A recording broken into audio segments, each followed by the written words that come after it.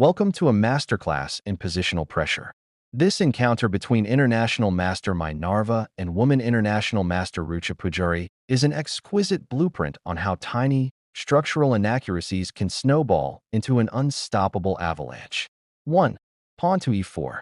White opens with the most classical declaration of intent in chess, immediately staking a claim in the center and opening pathways for the queen and light-squared bishop. 1. Pawn to e5. Black responds symmetrically, a mirrored challenge for the central real estate, establishing an immediate foothold on d4 and f4. 2. Knight to f3. The knight leaps into action, simultaneously developing with a tempo by attacking the vulnerable black pawn on e5. 2. Knight to c6. Black defends the center fluidly. The knight guards e5 while preparing to control the critical d4 squaring. 3. Bishop to c4. The iconic Italian game. White aims directly at black's weakest structural link, the f7 pawn, which is protected only by the king. 3. Knight to f6. Black declines the calmer giuoco piano variations and fires back with the two knights defense, aggressively putting pressure on white's e4 pawn. 4. Pawn to d3.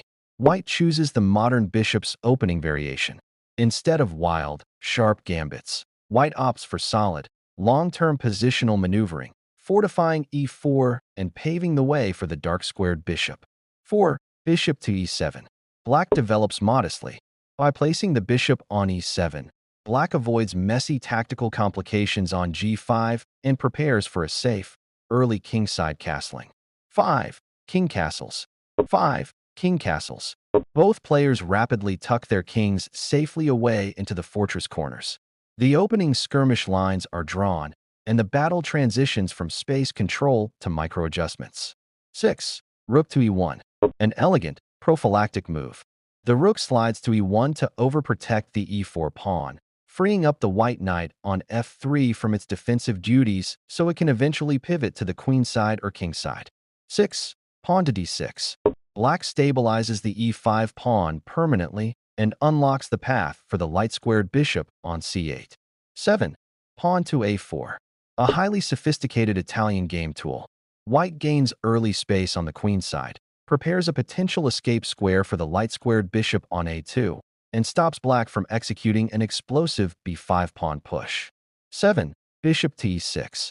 Black offers an immediate trade of the powerful white Italian bishop. 8. Knight to c3. White declines to capture on e6, which would only help black open up the f-file after a pawn recapture.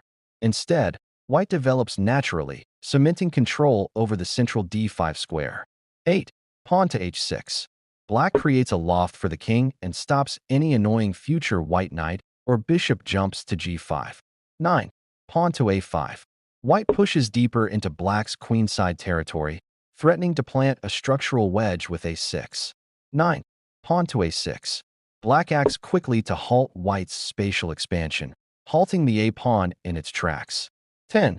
Pawn to h3. A mirror image of black's earlier move. White denies the black piece's access to the g4 square. 10. Queen to d7. Black completes development, linking the rooks and preparing a battery that stares menacingly toward white's kingside. Part 2. Navigating the tension, moves 11 to 17. 11. Bishop to d2. White clears the back rank, patiently readying the rooks to swing into the center of the board. 11.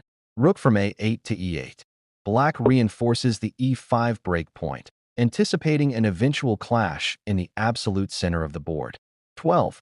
Knight to d5. The knight lands like an anchor in the heart of black's camp. This outpost forces black to make a difficult defensive choice. 12. Bishop to d8. Black retreats the bishop to keep a tight guard over the c7 and b6 squares, keeping options flexible. 13. Pawn to c3. The first minor slip of the game. White wants to build a giant pawn center with d4, but it leaves the d5 knight slightly unsupported. The engine preferred dropping the bishop back to b3 first. 13. Knight to h7. Black misses the chance to immediately exploit the slip with a tactical capture on d5. Instead, black seeks a slow kingside counter-expansion, which gives white time to recover. 14. Pawn to d4. White doesn't hesitate twice. White strikes at the center, unleashing maximum kinetic energy across the central files. 14. Pawn takes on d4. 15. Pawn takes on d4. The central tension explodes. White successfully establishes an ideal dual pawn center on d4 and e4. 15. Bishop takes on d5. Black finally decides that the centralized white knight is too dangerous to live and chops it off the board. 16. Bishop takes on d5. White recaptures with the bishop, preserving a dominant, highly active piece pointing directly at Black's queenside. 16. Knight to f6. Black brings the knight back, trying to harass the powerful light-squared bishop. 17. Queen to b3. A double-edged sword of an attacking move. The white queen slides to b3, defending the central bishop while putting immense pressure on Black's b7 pawn. 17. Queen to c8. A passive inaccuracy. Black places the queen into a purely defensive block. The engine suggests that Black needed to look for active counterplay by trading on d5. Part 3. Structure rupture and the wing infiltration. Moves 18 to 24. 18. Bishop takes on c6. A brilliant positional transformation. White willingly parts with the glorious light-squared bishop to fundamentally shatter Black's queenside pawn structure. 18. Pawn takes on c6. Black is forced to recapture. Look at Black's queenside. The c6 and c7 pawns are doubled, isolated, and severely weakened. 19. Pawn to e5. White instantly strikes while the iron is hot. The e-pawn marches forward to slice open the lines towards Black's exposed structure. 19. Knight to d5. Black places the knight into an impressive-looking central blockade, but the structural damage on the wings remains fatal. 20. Rook from a1 to c1. The white rook aligns itself directly with the vulnerable, doubled Black pawns on the c-file. 20. Knight to e7.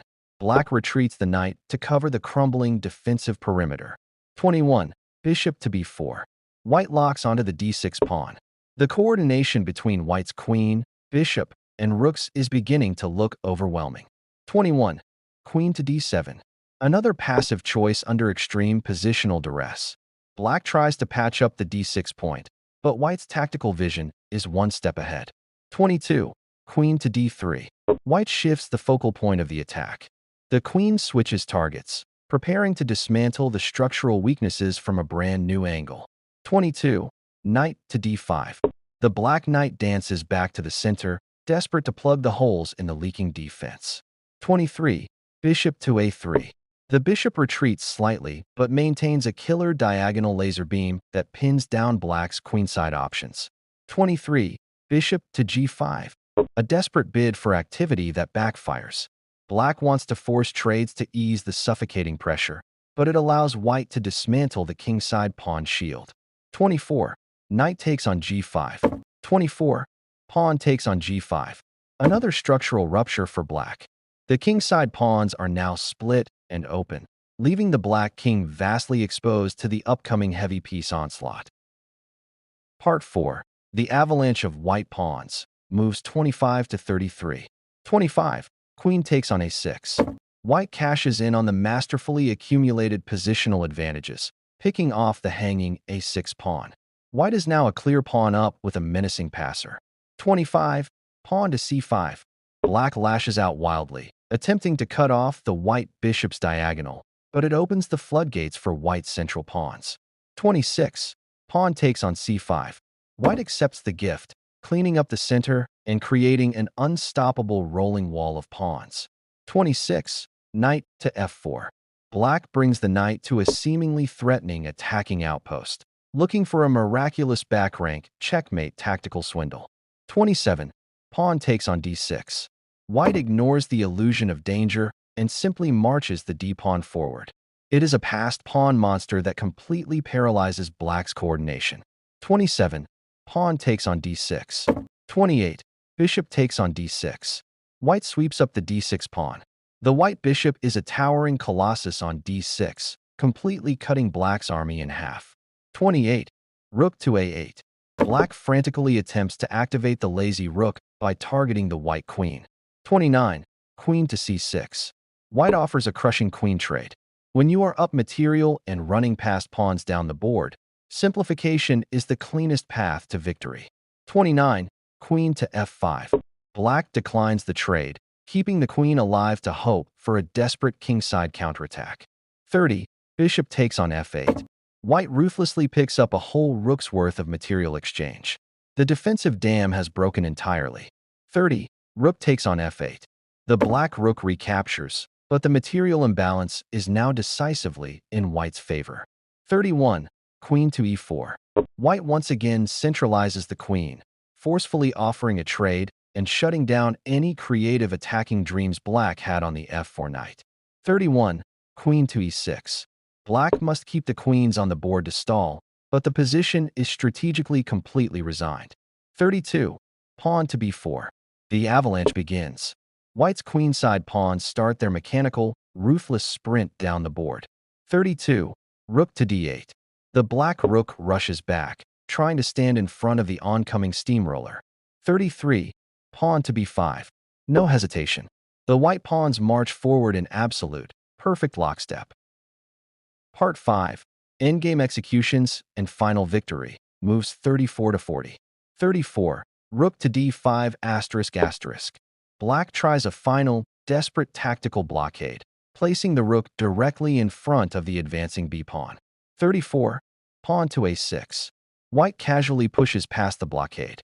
The a-pawn is a lethal sprint runner now, only 2 squares away from transforming into a new queen. 34.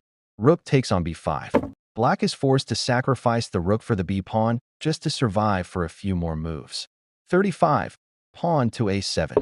But it doesn't matter. The a-pawn leaps forward to a7. The promotion threat is instant and completely unavoidable. 35. Rook to a5. The black rook desperately slides behind the pawn, trying to hold the promotion square by its fingernails. 36. Pawn to a8 becoming a queen plus. White promotes. A new, roaring white queen hits the board with a devastating check. 36. Rook takes on a8. Black captures the new queen out of pure necessity. 37. Queen takes on a8 plus. The original white queen takes back on a8 with check, leaving white up a clean, overwhelming rook in the endgame. 37. King to h7. The black king steps out of the check, finding temporary shelter in the corner. 38. Queen to c8.